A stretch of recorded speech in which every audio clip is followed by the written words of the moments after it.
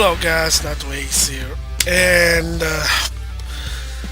hopefully, because I did say in my previous video that's going to be the last thing to say. So you can check by the graphic. Yes, there's going to be, oh my gosh, hopefully this time. I know I'm kind of backpedaling with this thing, but I gotta just give my opinion about this game, the conclusion, my afterthoughts of BlazBlue Cross-Tag Battle. A lot of new information came in, and of course, if you heard, the game will be English dub. Thank you, Arc System Works, etc., etc. So the first thing I want to basically address is I want to respond to James Chen.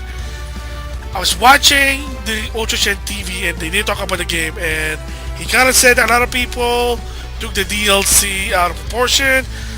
You should have been relaxed, etc., etc. Okay, so maybe it was taken out of proportion, but to some extent, before Mori did announce about the setup, the structure of the DLC in the game, I think it was justified for people to have that reaction. First of all, it has to be logical when you do DLC.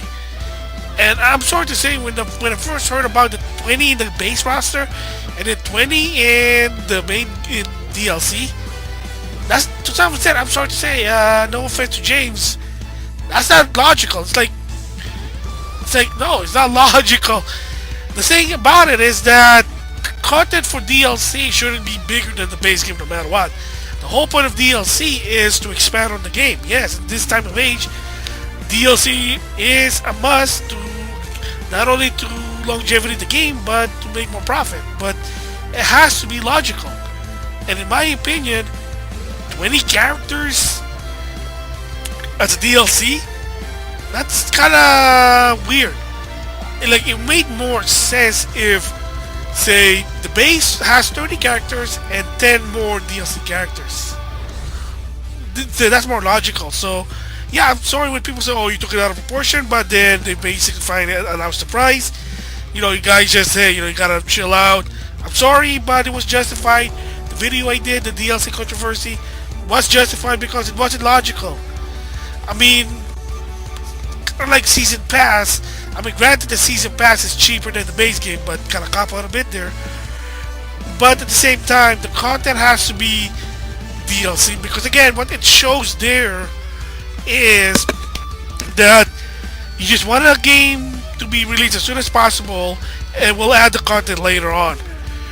And again, it didn't really make sense to have 20. When it was 10, maybe. I mean, look at Street Fighter 5, 6 characters per year. Granted, they're a new game. Well, let's see. Tekken Tag Tournament 2 had 3 DLC characters. Props to Harada, but that's a different story. Again, not a lot of characters. Dragon Ball Fighters only have 8 new characters gonna come in. Let's see, I'm thinking about older games. I just can't think. Oh, Mortal Kombat. Mortal Kombat had some decent amount, 4. And in Mortal Kombat X was 8. Same goes, Injustice was 9. Again, I mean, the key thing is that the roster has to be more in the base versus on the DLC. It didn't really make sense 2020. So yeah, sorry James, I can disagree with you about people taking it out of proportion. Even so, it's cheap. I know it's a copy and paste, but it's kind of weird.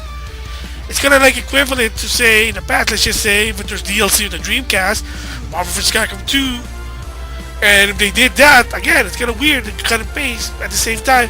You know, of course it's unlockable, but point is that the roster, like how much the roster should be for the DLC is less than the base game no matter what. It makes more sense. Like I said, yeah, fine, the season pass is $20, but still, it's weird. It doesn't make sense. That's, again, so yeah, I stand by the video that I did with the DLC controversy, because again, you know, maybe they basically backpedal because maybe it was something more. Maybe they're gonna sell it at a higher price. Like I said, maybe there's a rumor that Ruby and Yang was gonna be paid DLC, but of course, of the backlash, and they change it. Who knows? No one's gonna ever know, because it is finally, you know, they say that it's gonna be free indefinitely. And again, I'm just saying that yeah, like it is within the rights. I mean, again, it just wasn't logical. So moving from there is, I did mention about the English dub. It's been confirmed for BlazBlue characters that they are gonna have the old roster back, so that's awesome. The voice for Azriel, Jake Ransagi, I don't know who they are, to apologize. Basically said they're going back, they're basically doing recording. Best of all, Christina V and Patrick Sace are basically going back to voice the well, new, and then of course for Patrick Sace, Ragnar the Blood Edge. So again, like I said, I don't care who the voice actors are, but this is the one plus that the old cast are back. You know, especially Patrick Sace, you know, Lord Dio, copy paste guy, awesome. So he's gonna be Ragnar once again. So that's basically awesome there. So maybe the Persona character is gonna be, you know, well, it's gonna be tricky. Johnny Bosch, Troy Baker, maybe, but of course, if you remember the voice strike, the gaming voice strike. Okay, so the voice for Chi, I think her name is Erin Finkelgirl. I do apologize if I butcher your name. Awesome voice actress. She was the voice of Chi in Persona Golden. She was the voice for Chi in Persona Arena and Arena Ultimax. And of course, she was the voice for Noir in Hyper Dimension Neptunia until For Goddess Online, because she did stated that she supports the strike, so they had a new voice actress for Noir. So I don't know if Aaron's gonna do Chie unless the strike is done. Who knows? But at least, you know, Patrick Sace, Christina V, they're back, so that is awesome. And then the new content they have for the game, you know, it's interesting. I'll just have to wait and see. Right now it's in Japanese, and they did say there's a thing called episode mode, which is there's well, at least there's story mode, but it's basically based on Age of the 4 franchise, and then they do crossover. So again, that's awesome. So there you go. So that's my conclusion. That's just I had to announce. Yeah, I just had to give my opinion about what people say. Oh, you're taking out of proportion with the DLC. Excuse me, but I do say that was just.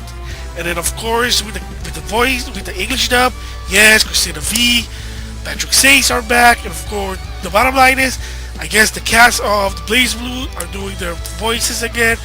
Now maybe if there's English dub on Central Fiction, or I don't want to go here, but Mori, Central Fiction Extend.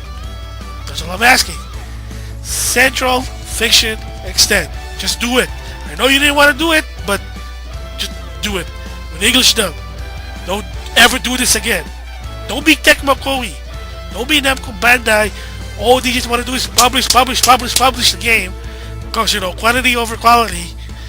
Don't be but them. I know you gotta make money, but think logically. And, you know, it's good. The game, I guess, was worth $50. A lot of content. I just have to wait and see. So that's my new, basically, thoughts of the new announcement they did about BlazBlue Cross Tag Battle. Hopefully, this is going to be the last one again. And, yeah, so with that, thanks for listening.